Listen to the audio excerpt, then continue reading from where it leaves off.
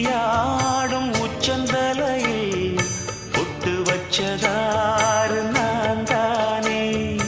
அத்தி மரப்பூவும் மாற்றப்படுமா பக்கத்தோட யாரு நீதானே.